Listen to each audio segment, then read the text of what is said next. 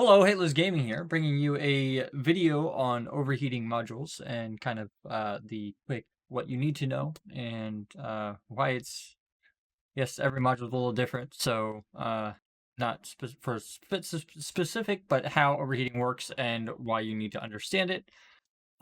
Without further ado, I have an example here. We have my character Buck Warbash, and he is inside of a Slipnir that has a shield booster, a shield hardener, and two cat batteries. And they are spaced in a way that allows the hardeners to overheat for as long as possible, and it doesn't do the shield booster quite as well. A preferable layout would be the switching the battery and the shield booster, and then putting the batteries where the um so if I put the batteries where the hardeners are, and then put the one hardener here, one hardener here, the booster in the middle, it would be the preferable layout.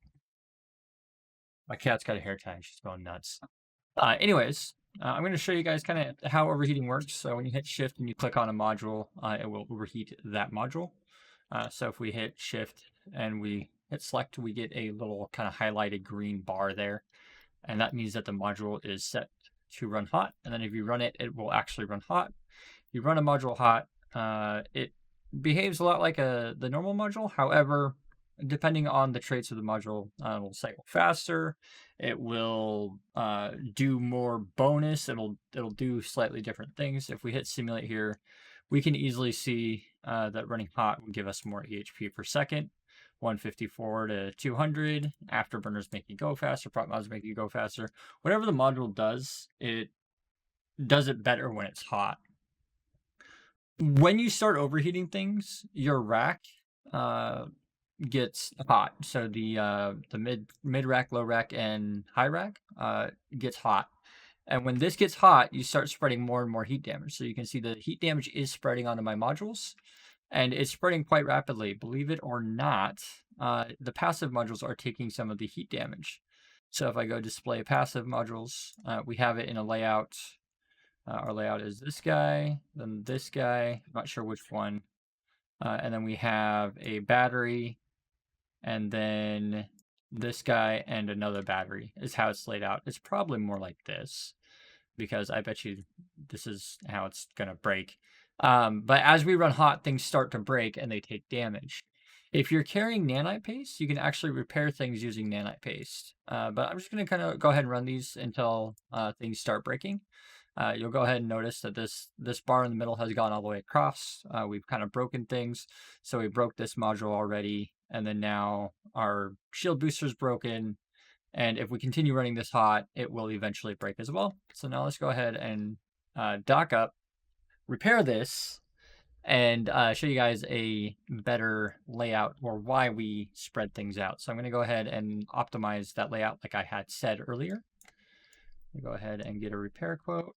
I'm going to go ahead and repair those. So if you damage a module to the point where it's broken, repairing it in station or on a tether will in fact fix it.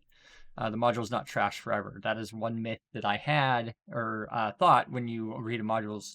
The difference, or the thing is that when it's broken and it breaks, you have to re-online it, which is really helpful. So we're going to go ahead and take this off. I'm going to go ahead and put that hardener there. And then we're going to put this guy here. And then I'm going to just swap these two here. Put this guy here. And then we'll create space between active modules and passive modules. And then I have that boosters floating around here somewhere.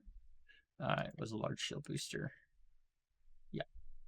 Anyway, so now this is a optimized layout, as the heat damage will not spread into each other. If you saw the booster and the multi-spectrum's heat went into each other, so they broke a lot faster.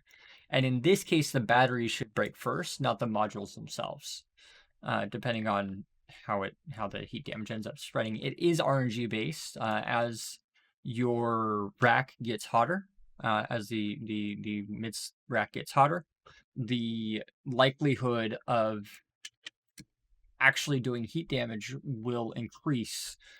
Whereas when you first start overheating, that likelihood is lower. So we're just going to go ahead and overheat these modules again. And again, they're in the representative order of how we have them fit.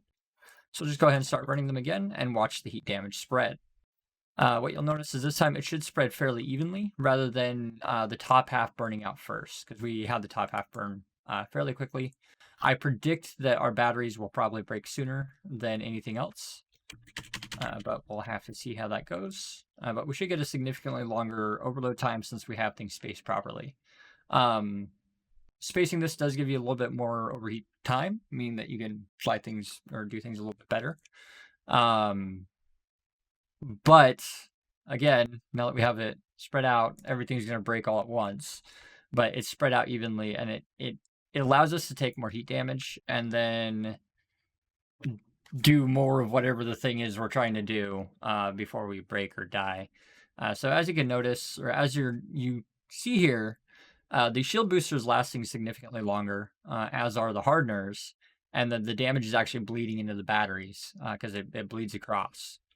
And that's pretty much it. That's kind of what I wanted to cover. Why do we spread our modules out when we're overheating?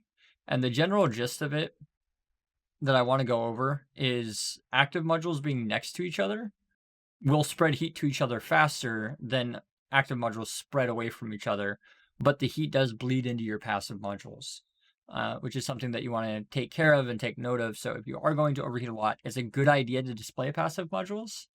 And then if you like kind of know what's going to happen, you don't necessarily have to display them.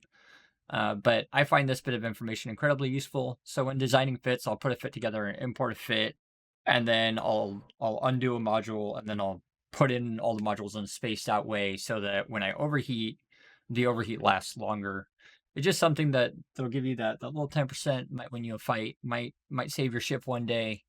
It's a good habit to have. Also, the Nika video is coming tomorrow, or the Kitty Lore video. We should be producing it tomorrow. If you like this video, make sure you like, comment, and subscribe down below. Make sure you guys fly hot and enjoy your time in EVE Online.